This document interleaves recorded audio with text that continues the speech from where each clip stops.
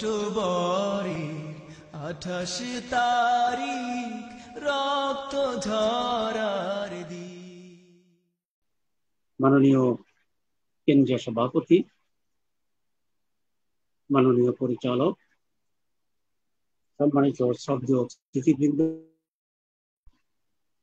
আজকে উপস্থিত প্রিয় সম্মানিত ভাইরা, আসসালামু আলাইকুম ওয়া রাহমাতুল্লাহি ওয়া বারাকাতুহু। 28 অক্টোবর জুলুম নির্যাতনের সামনে জীবন দিয়ে বিজয়ের মশাল উড্ডীন করার আহ্বান ইতিহাসের পুনরাবৃত্তি। ইসলামী আন্দোলন, এই আন্দোলনের যে স্বর্ণোজ্জ্বল ইতিহাস আছে, রাসূল আকরাম সাল্লাল্লাহু আলাইহি ওয়াসাল্লামের সময়ে সাহাবারা জীবন দেওয়ার, শহীদ হওয়ার যে ভীষণ আগ্রহের নজির রেখেছিলেন। এই 28 অক্টোবরের পল্টনের ঘটনা সেই সাহাবাদের অনুকরণে ইসলামী ছাত্র শিবির এবং জামাত ইসলামীর কর্মীদের শহীদ হওয়ার, জীবন দেওয়ার, রক্ত দেওয়ার, ত্যাগের ভূমিকার অভূতপূর্ব এক মিল খুঁজে পাওয়া যায়। অর্ধ খেজুর খেয়ে জিহাদের ডাকে যেমনি ছুটে এগিয়েছিলেন সাহাবারা, আমি শুনেছি এরকম পল্টনের জিহাদের আহ্বান পেয়ে আমাদের ভাইরা খালি হাতে অপ্রস্তুত অবস্থায় যে যেখানে ছিলেন কাল বিলম্ব না করে সাহাবাদের অনুকরণে, অনুসরণে, একই স্পৃহা, একই ইমানি চেতনা সেদিন সেখানে ঝাঁপিয়ে পড়েছিলেন। আমি আমার এলাকায় ছিলাম, কিন্তু পরে সে বিস্তারিত শুনেছি। আঘাতের পর আঘাত, বোমার পর বোমা, শাহাদাতের পর শাহাদাত, রক্তের পর রক্ত, এগুলোই সকাল থেকে সন্ধ্যা পর্যন্ত ঝরে যাচ্ছিল। সাহাবারা যেমনি যুদ্ধের ময়দানে কখনো পীঠ প্রদর্শন করেননি, সেরকমই আমাদের ভাইরা মুহূর্তের জন্য পিছ পাননি। রাসূল আকরাম সাল্লাল্লাহু আলাইহি ওয়াসাল্লামের সেই যুগের তার প্রশিক্ষিত এবং সান্নিধ্য প্রাপ্ত সাহাবাদের আল্লাহর সন্তুষ্টি অর্জনের জন্য যে ওদের আকাঙ্ক্ষা ছিল, যেভাবে তারা প্রস্তুত ছিলেন, তারই যেন এক পুনরাবৃত্তি দেখেছি এই 28 অক্টোবরের মাসে। আমার আগে মাননীয় সাবেক কেন্দ্রীয় সভাপতিরা অত্যন্ত আবেগ ভরে সেদিনের বর্ণনা দিয়েছেন। তারা সেদিনের সাক্ষী ছিলেন, উপস্থিত ছিলেন। 28 অক্টোবরের ঘটনা একটি সুদূর প্রসারী ষড়যন্ত্রের ফসল। এই ষড়যন্ত্রটি শুরু হয়েছিল 2004 সালে। ধানমন্ডির একটি বাসায় কতিপয় মানুষের একটি মিটিং হয়েছিল। সেই মিটিংয়ে সিদ্ধান্ত হয়েছিল যে এরপরে নির্বাচন যত সময় যাতে হতে না পারে সেই ব্যবস্থা গ্রহণ করে। এবং এই সিদ্ধান্তের সাথে বাংলাদেশের প্রধান বিরোধী দল সেই সময়ে ভারত, আমেরিকান অ্যাক্সিস, এরা প্রত্যক্ষভাবে জড়িত ছিল। আমি নির্বাচনের 6 মাস আগে সিঙ্গাপুরে একটি পার্লামেন্টারি ডেলিগেশনে গিয়েছিলাম। আসার পথে ওই মিটিংয়ে উপস্থিত ছিলেন আওয়ামী লীগের একজন সিনিয়র প্রভাবশালী কেন্দ্রীয় নেতা। আমরা একই ফ্লাইটে আসলাম, পাশাপাশি সিটে বসলাম, এবং আমাদের ফ্লাইটটি আবহাওয়ার কারণে ঢাকায় ল্যান্ড করতে পারেনি, চিটাং চলে গিয়েছিল। তো এটা বলা এটাই যে প্রচুর সময় আমরা একসাথে ছিলাম। পরবর্তী নির্বাচনের ব্যাপারে অনেক কথাবার্তা হলো। উনি আমাকে বললেন যে তাহের, নির্বাচনের সময় নির্বাচন হবে না। আমি একটু বিস্মিত হলাম, কারণ নির্বাচনের সবকিছু প্রস্তুতি চলছে, স্বাভাবিক পরিবেশ চলছে। বাদীভাবে উনি বললেন যে না, এটা হবে না, এটা এই ব্যাপারে ডিসিশন আছে এবং এটা 2004 সাল থেকেই এই ব্যাপার ওয়ার্ক করছে। উনি এতটুকু বললেন আর ডিটেলস বললেন। কিন্তু এই ষড়যন্ত্রটা 2004 সাল থেকে চলছিল, তারা ম্যাচিউর করতেছিল। একটা পর্যায়ে আমাদের আর্মি নেতৃত্বকে তারা ইনক্লুড করেছিল এবং সিদ্ধান্ত হয়েছিল যে নির্ধারিত সময়ে নির্বাচন হতে পারবে না। This is one. সেকেন্ড, সেই জন্য একটি পরিবেশ ক্রিয়েট করা দরকার ছিল। আপনারা জানেন যে কোনো স্বৈরশাসক বা সামরিক শাসকরা যখন ক্ষমতা আসতে চায়, তার পূর্বে দেশের ভিতরে এমন কিছু পরিস্থিতি তৈরি করে তারা জাতিকে বুঝাতে চায় যে এখন একটি সেনা শাসনের প্রয়োজন। তারা প্রেক্ষিত তৈরি করে, ব্যাকগ্রাউন্ড তৈরি করে, বিশৃঙ্খলা তৈরি করে, ঘটনা ঘটায়। এখানেও একটা পরিস্থিতি তৈরি করার জন্য সিদ্ধান্ত হয়েছিল। আপনি জানেন তৎকালীন বিরোধী দলীয় নেত্রী শেখ হাসিনা প্রকাশ্যে জনসভায় বিবৃতি দিয়ে পত্রিকার প্রচার করে উনি ঘোষণা দিয়েছিলেন, যেদিন এই সরকারের শেষ দিন 28 অক্টোবর, সেদিন সারা বাংলাদেশ থেকে লগি বৈঠা নিয়ে ঢাকায় হাজির হওয়ার জন্য। সুতরাং তারা খুব ঘোষণা দিয়েই দেশে একটা বড় ধরনের বিশৃঙ্খলা তৈরি করার জন্য সেদিন আয়োজন করেছিল, উদ্যোগ নিয়েছিল। এবং কেয়ারটেকের আগের দিন সারা বাংলাদেশকে তারা নিয়ন্ত্রণে নিয়ে নেবে এরকম একটা ইমপ্রেশন তৈরি করা জাতিকে, সেই প্রচেষ্টা চালিয়েছিল। আর তারই বলির পাটা হয়েছিল ইসলামী আন্দোলনের কর্মীরা। তাদের এই শিকার হয়ে পড়েছিল আমাদের শহীদ ভাই। এবং আপনারা জানেন জামাত বিএনপি জোটের সরকার ছিল, BNP was the major party, কিন্তু আওয়ামী লীগের সেই ঘোষিত সন্ত্রাসী সমাবেশের বিপরীতে বিএনপি কোনো চ্যালেঞ্জ নেয়নি, তারা পালিয়েছে, পিছিয়ে উঠে গিয়েছিল। তারা অনেক দূরে গিয়ে একটি সমাবেশ নামকাওয়াস্তে করেছিল। একেবারে একটি অপ্রস্তুত অবস্থাতেই আমরা একটি মারণাস্ত্রে সজ্জিত শক্তির মোকাবেলা করতে হয়েছিল। এখানে পজিটিভ দিক ছিল আমাদের ভাইদের ত্যাগ, কোরবানি, দুঃসাহস, আল্লাহর উপর তাওয়াক্কুল এবং শহীদি তামান্না, জান্নাত পাওয়ার অসম্ভব ধরনের এক লালসা এবং লোভ।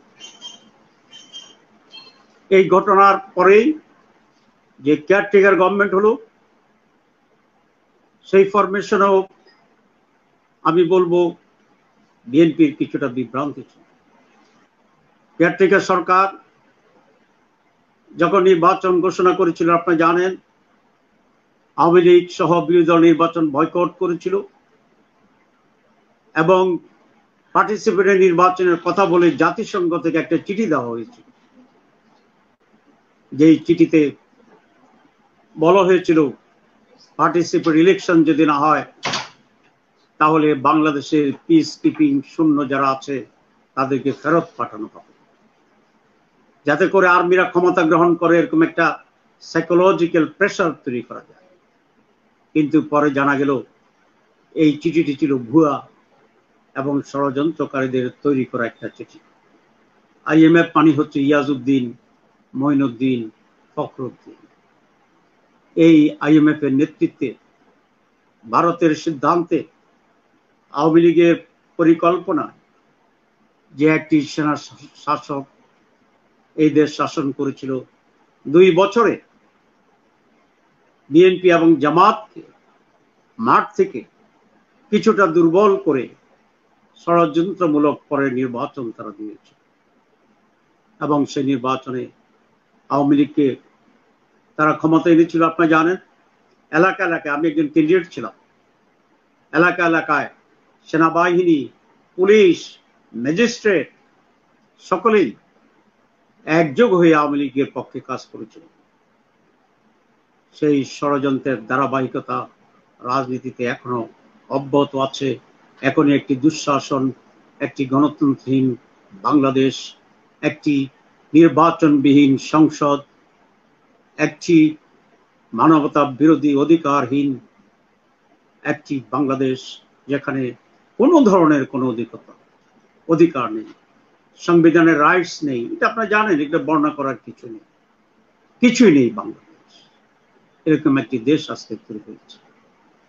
সুতরাং পল্টনের যে ঘটনা, সেই ঘটনা অনেক আগ থেকেই ষড়যন্ত্রের একটি ধারাবাহিকতা, এবং সেই ইস্যুকে কেন্দ্র করেই আর্মিরা কিন্তু ক্ষমতা আসার সময় মঈনুদ্দিন যে বক্তৃতা দিয়েছিল, সেই বক্তৃতাতে পল্টনের ট্র্যাজেডির কথা সে উল্লেখ করেছে, অথচ ক্ষমতা এসে সেই হত্যা যজ্ঞের যারা হত্যা ছিল, যে মামলা আমরা করেছিলাম, তার কোনো বিচারই তারা করেনি।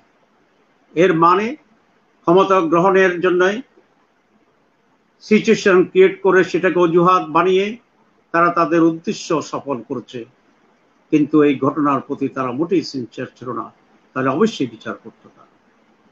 এই জন্যই পল্টনের যে রাজনৈতিক প্রভাব, পল্টনের ক্ষমতার রাজনীতির যে সুদূর প্রসারী একটি নেগেটিভ ইম্প্যাক্ট, সেটা আজও চলছে, এবং এটি শুধু বাংলাদেশে নয়, পৃথিবীর বহু দেশে সকল সময়ে এক ধরনের ষড়যন্ত্রকারীরা তাদের ষড়যন্ত্র সার্থক করার জন্য, ষড়যন্ত্র বাস্তবায়নের জন্য নানা পরিবেশকে, নানা মানুষকে, নানা ঘটনাকে তারা ব্যবহার করে বলির পাঠা বানিয়ে তাদের অশুভ উদ্দেশ্য হাসিল করতে চায়।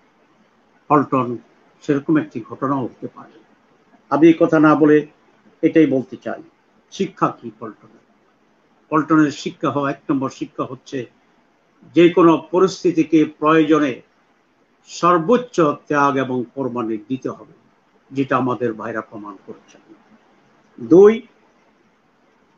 পরিস্থিতি সম্পর্কে পূর্বান্নেই আমাদেরকে সম্যক ধারণা নিতে হবে। আমাদের শত্রুপক্ষ, বিরোধী পক্ষ যারা আছে, তাদের অবস্থান, তাদের প্রস্তুতি, তাদের volume of man power and impact of the attack, এগুলো সম্পর্কে তথ্য থাকতে হবে, এবং কৌশলগতভাবে নিজেদেরকে পরিকল্পনা করে সেইভাবে মোকাবেলার জন্য প্রস্তুত করতে হবে, যেটা রাসূল আকরাম সাল্লাল্লাহু আলাইহি ওয়াসাল্লামের ওহুদের যুদ্ধের সময় ছিল। অনেকে এটাকে ওহুদের সাথে তুলনা করে, অনেকে আমরা বদরের যুদ্ধের সাথে তুলনা করি, অনেকে আমরা এটাকে শহীদদের যে কোনো যুদ্ধে যাওয়ার শহীদি তামান্নার সাথে আমরা তুলনা করি। সবগুলোই সঠিক, এক একটি অধ্যায়, এক একটি পর্যায়, এক একটি অ্যাঙ্গেলে এর পর্যালোচনা ভিন্ন ভিন্ন হতে পারে, কিন্তু একটি কথা একেবারেই সত্য, যে স্ট্র্যাটেজিক এবং ইনফরমেটিভ অ্যান্ড ম্যাটেরিয়াল বেসড যে প্রস্তুতি, সর্বোচ্চভাবে সাধ্যের ভিতরে এটা আমাদেরকে রাখতে হবে। 3 নম্বর, রাজনীতিতে মাঠ নিয়ন্ত্রণ হচ্ছে খুবই গুরুত্বপূর্ণ। আমি ইসলামী ছাত্র শিবিরের দায়িত্বশীল যখন ছিলাম, তখন অনেক সময় বলতাম যে তোমরা কি মাইর খেয়েছো না মাইর দিয়েছো, এটা আমার কাছে অধিক গুরুত্বপূর্ণ নয়। আমার কাছে সবচেয়ে গুরুত্বপূর্ণ হচ্ছে যে কলেজ, যে বিশ্ববিদ্যালয়, যে অঞ্চল, যে এলাকা, সেটি নিয়ন্ত্রণ আমাদের হাতে আছে কিনা।